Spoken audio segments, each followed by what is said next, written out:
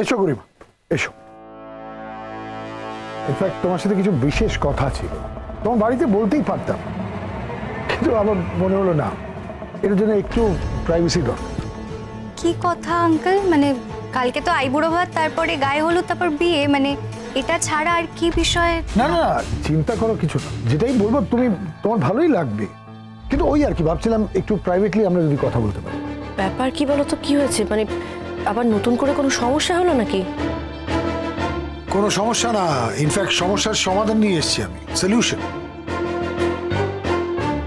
মেজো কাকামুনি যখন বলছে তখন আমার কিন্তু কোনো টেনশন নেই, কারণ মেজো কাকামুনি সলিউশন ছাড়া কথাই বলে না।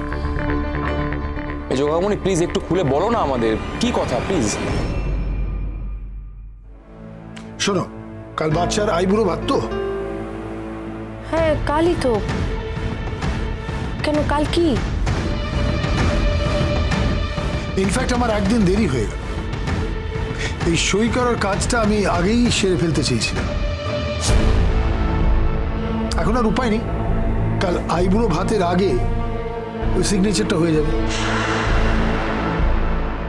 কেন আমার এই মেয়েটাকে না খুব ডাইসি লাগে, খুব চিন্তা হয় মেয়েটাকে নিয়ে। কিন্তু আঙ্কেল, আমার মনে হচ্ছে যে এই বিষয়টা না আরণ্যকে সবার আগে জানা দরকার। গরিমা, বাদশাকে আমার এসব কথা বলার কি আছে? মানে বাদশা কি আপত্তি করবে নাকি? না না, আপত্তি না করলে ওকে তো জানতে হবে, ওকে তো থাকতে হবে ওখানে।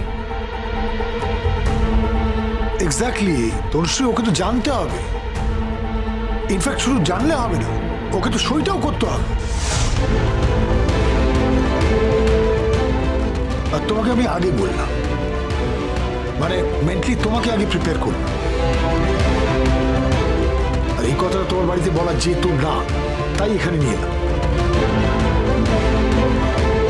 কিন্তু আঙ্কেল, এটা আমি শুনে কি করব?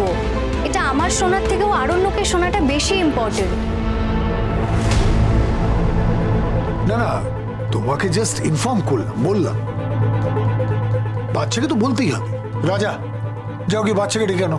হ্যাঁ সেই ভালো, যা ঝামেলা আছে সব একেবারে মিটে যাবে। তুমি গিয়ে বাচ্চাকে ডেকে নিয়ে এসো।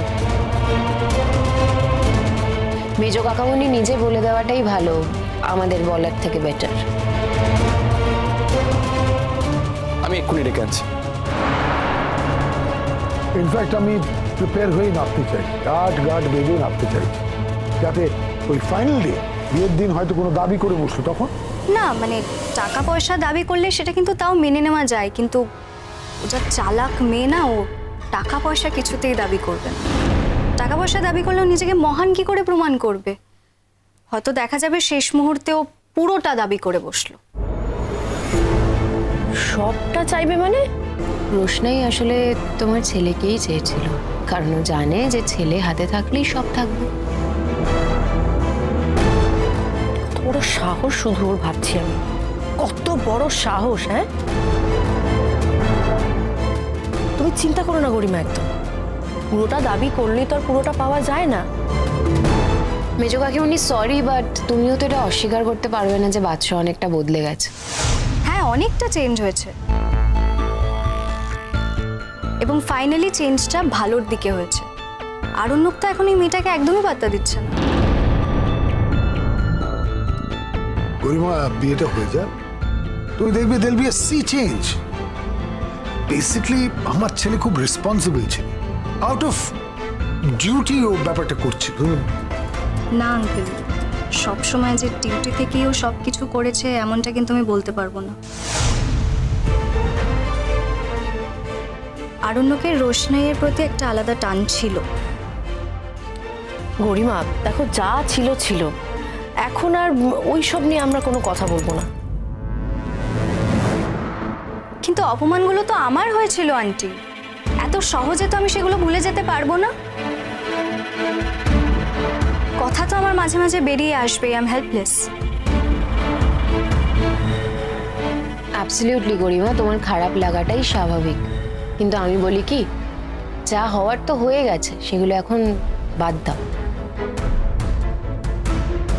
রোশনাই যে তোমাদের জীবনে আর নেই, এটা বিশ্বাস করেই এগিয়ে যেতে হবে। তাড়াতাড়ি চল। আরে কিসের জন্য যাবো আমি তো সেটাই বুঝতে পারছি না, কি হচ্ছে? আরে সবাই মিলে একটা আলোচনা করছি, চল না। আরে কিসের আলোচনা? সব আলোচনা তো হয়ে গেছে। আচ্ছা টাকার কিছু ব্যাপার আছে নাকি? আমি তো বাবাকে বললাম যে আমি টাকা দিতে রাজি আছি, বাবা নিজেই তো বারণ করলেন, আমি তো রেডি। তোর কি মনে হয় বাচ্চা, মেজো কাকামুনি কি তোকে টাকার জন্য ডাকছে? আরে মেজো কাকামুনির কি টাকার অভাব আছে যে তোর থেকে টাকা নিয়ে এই বিয়েটা হবে? ছাড় না এসব, চল না। আরে তাহলে কিসের জন্য যাচ্ছি বলবি তো? তুই গেলে জানতে পারবি, চল তো। কি আশ্চর্য, একবার তো।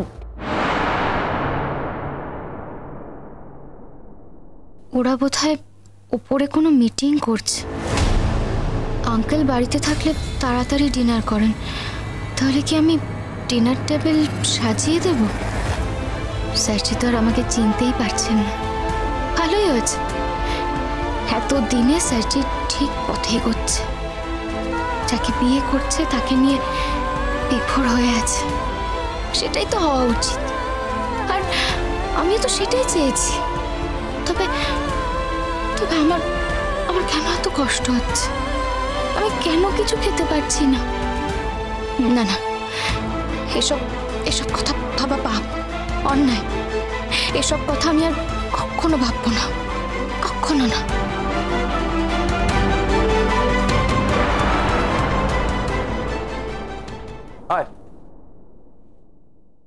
হ্যাঁ বাবা, আমাকে ডেকে পাঠালে? হ্যাঁ ডেকে পাঠালাম। ইনফ্যাক্ট আমার যেটা ভাবনা সেটা হলো যে লাস্ট মোমেন্টের জন্য কিছু ফেলে রাখতে নেই। আর কোনো যদি কমপ্লিকেশন হতে পারে এইটা যদি আমরা ভাবি, তাহলে সেটাকে আগে থেকে সলভ করে রাখতে হয়। কিন্তু কি ব্যাপার?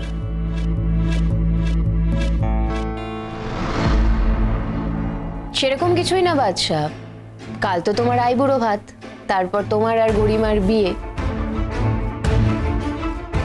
আসলে আমরা কেউই চাই না যে তোমার আর গরিমার মধ্যে অন্য কারোর ছায়া থাকুক।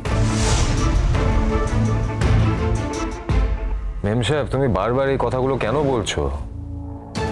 গরিমা আর আমার মধ্যে কোনো ছায়া নেই, কারোর ছায়া নেই। সে আমি জানি বাচ্চা, আমার ছেলের মতো সৎ ছেলে আর কটা আছে বলো তো গরিমা? আমি তো জানি বাচ্চা যখন গরিমাকে ভালোবাসে, গরিমাকে কথা দিয়েছে, গরিমার সঙ্গেই সংসার করতে চায়, তখন পৃথিবীর কোনো শক্তি আর এটাতে বাধা দিতে পারবে না। কি তাই তো বাচ্চা? মেজো কাকামুনি, ওকে কাল কি করতে হবে তুমি সেটা বলে দাও। না না, ওকে কিছু করতে হবে, যা করার আমি করব। তুমি? হ্যাঁ, মানে বেনারসে তুই যে ওকে প্রোটেক্ট করবি বলে একটা বিয়ের নাটকটা হয়েছিল না, এবং পরবর্তীকালে কি হলো, যখন আমরা বেনারসে তোর আর গরিমার বিয়ে দিতে গেলাম, ওই নিয়ে তো পণ্ডিতরা আপত্তি জানালো, তাই তো? ফলে ভবিষ্যতে কোনো কমপ্লিকেশন যাতে না হয়, ওই একটা কাগজে রোশনাই সই করে দেবে আর তুমি করবে যে বিয়েটাকে বাতিল করা হলো। আচ্ছা বেশ বাবা, কি করতে হবে আমাকে বলো, আমি করে দেবো।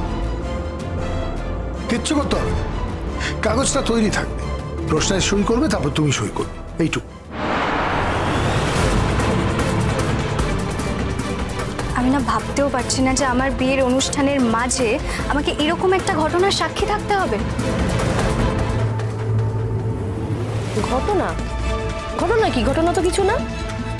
যাতে ভবিষ্যতে কোনো রকম ঘটনা না ঘটে সেই জন্যই কিন্তু তোমার আঙ্কেল একজন অ্যাডভোকেট হয়ে পুরো ব্যাপারটা সামাল দিয়ে দিচ্ছে, যাতে পরবর্তীকালে আর কোনো সমস্যা না থাকে, বুঝলে? আর ওই যে রোশনাই, ওই রোশনাইও যাতে কোনো দিন কোনো কথা বলতে না পারে। রোশনাই, এদিকে এসো।